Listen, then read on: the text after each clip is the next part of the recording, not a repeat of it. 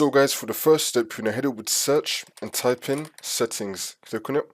And then once you're on this, on the left hand side, you're going to click on system. Now you're going to click on display. Now you're going to find graphics. We're going to scroll down and then click on graphics. And now this will come up. And then once you're on this, you're going to expand advanced graphics settings. And you can now turn on hardware accelerated GPU scheduling.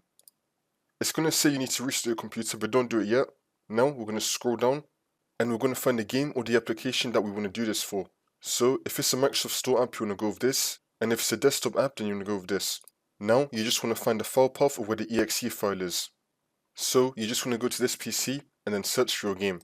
And you want to add the exe file. Let's say for example that I want to do it for a Steam game. I'm going to find my Steam game and then right click on it. And then click on properties, installed files. Then I'm going to click on browse. I'm now going to copy this file path right here. So I'm just going to click right here. I'm going to copy this file path. So I'm going to right click on it and then copy. Now I'm going to come back to here. I'm going to click right here and then delete this. Now I'm going to paste that file path right here. I'm going to do Control V and then click on enter. And now this will come up. You want to find the exe file of your game. It's going to be showing a picture of your game.